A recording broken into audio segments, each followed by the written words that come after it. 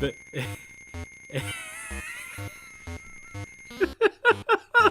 that's not real! ShinRobjira.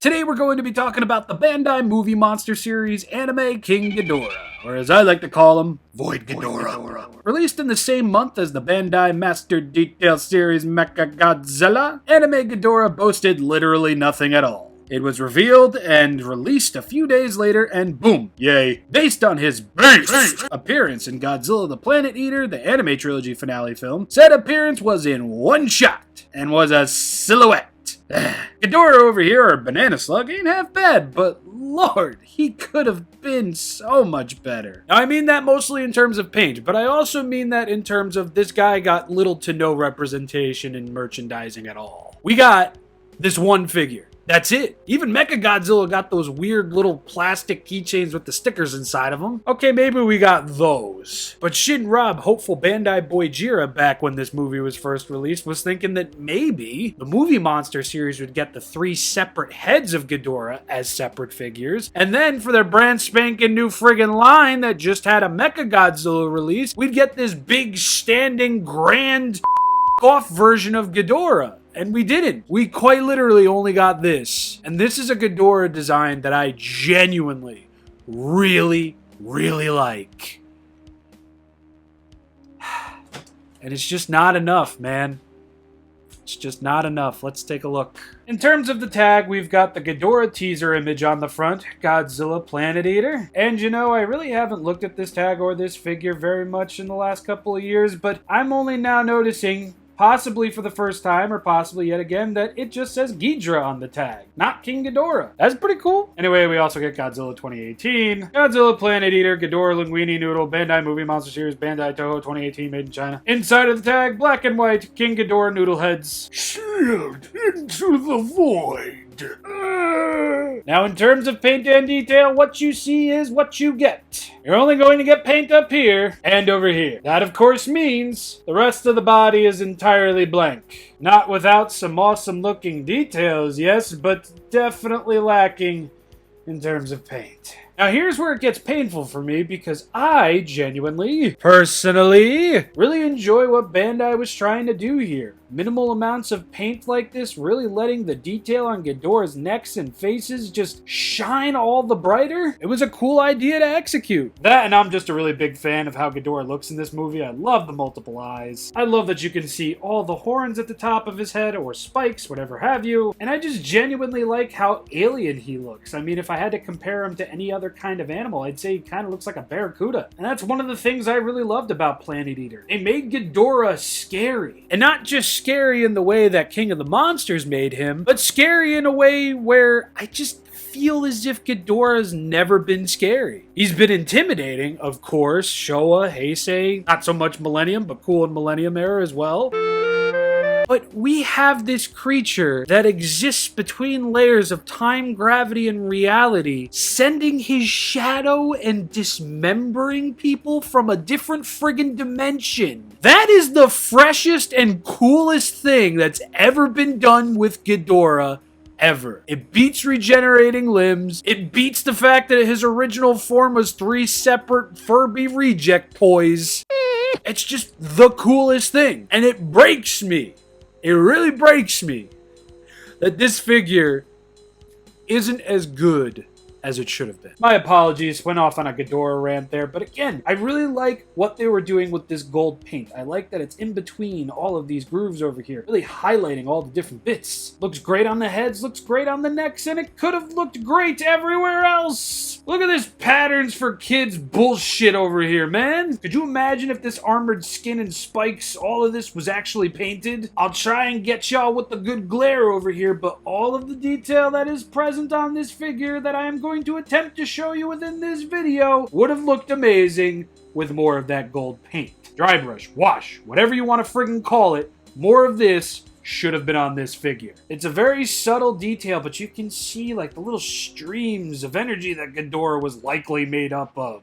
Either that or he's just got some wrinkly ass skin. I mean, the guy does live in an alternate dimension. That's gotta zap you for the youth easily. Dude, like the spikes, the knees, the friggin' feet, the spiky and layered look of the chest moving into the necks. Oh my god. This would have looked so much cooler if it was fully painted. Yeah, I get it. The 3 linguini space noodles that we saw in the movie were entirely comprised of energy for the most part, I guess. But this is full Ghidorah. If you want to go by movie appearances, this thing should have been jet black because that's all we saw of him in the movie in terms of being fully Ghidorahized. Anyway, I love what they did with the paint.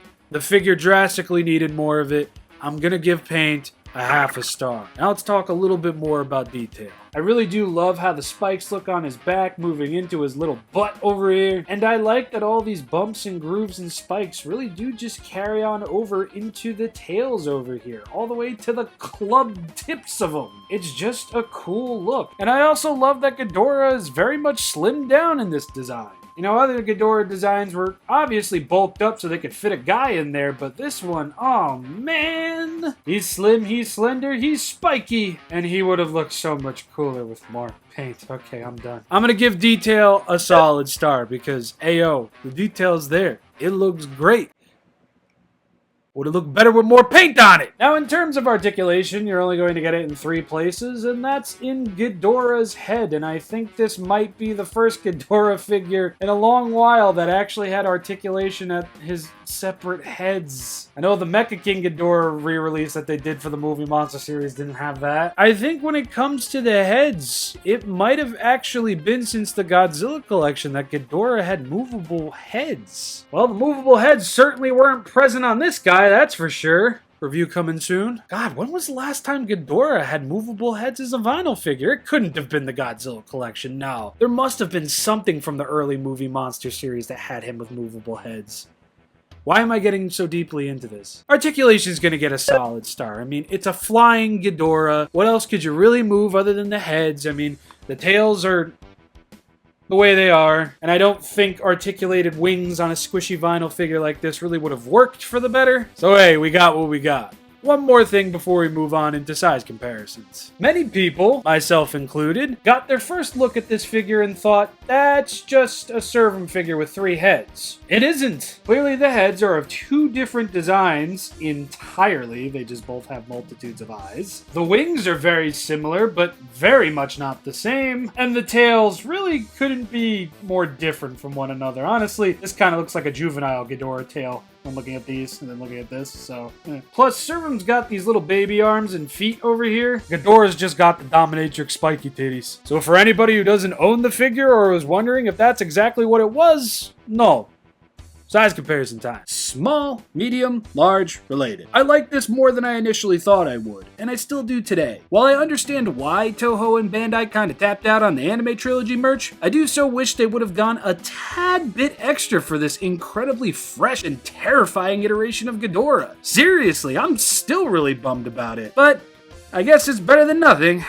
Poor worm Servum form. Poor wormy boy.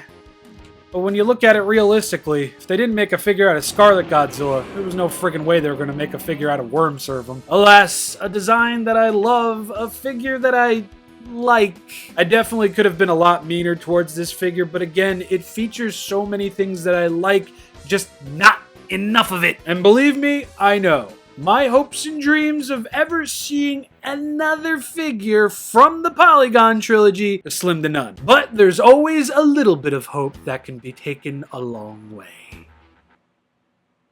I have been ShinRobjira. I do so hope you all enjoyed this review. When next we meet, I don't friggin' know what I'm going to be talking about because I'm recording this June 23rd. So this might end up just coming out in July. I don't even know right now. This is before all the new stuff from the end of June started coming over. So yeah, whatever I do next, whenever that'll be, I'll see you all then and there. Thank you so much for watching. I love y'all. Peace.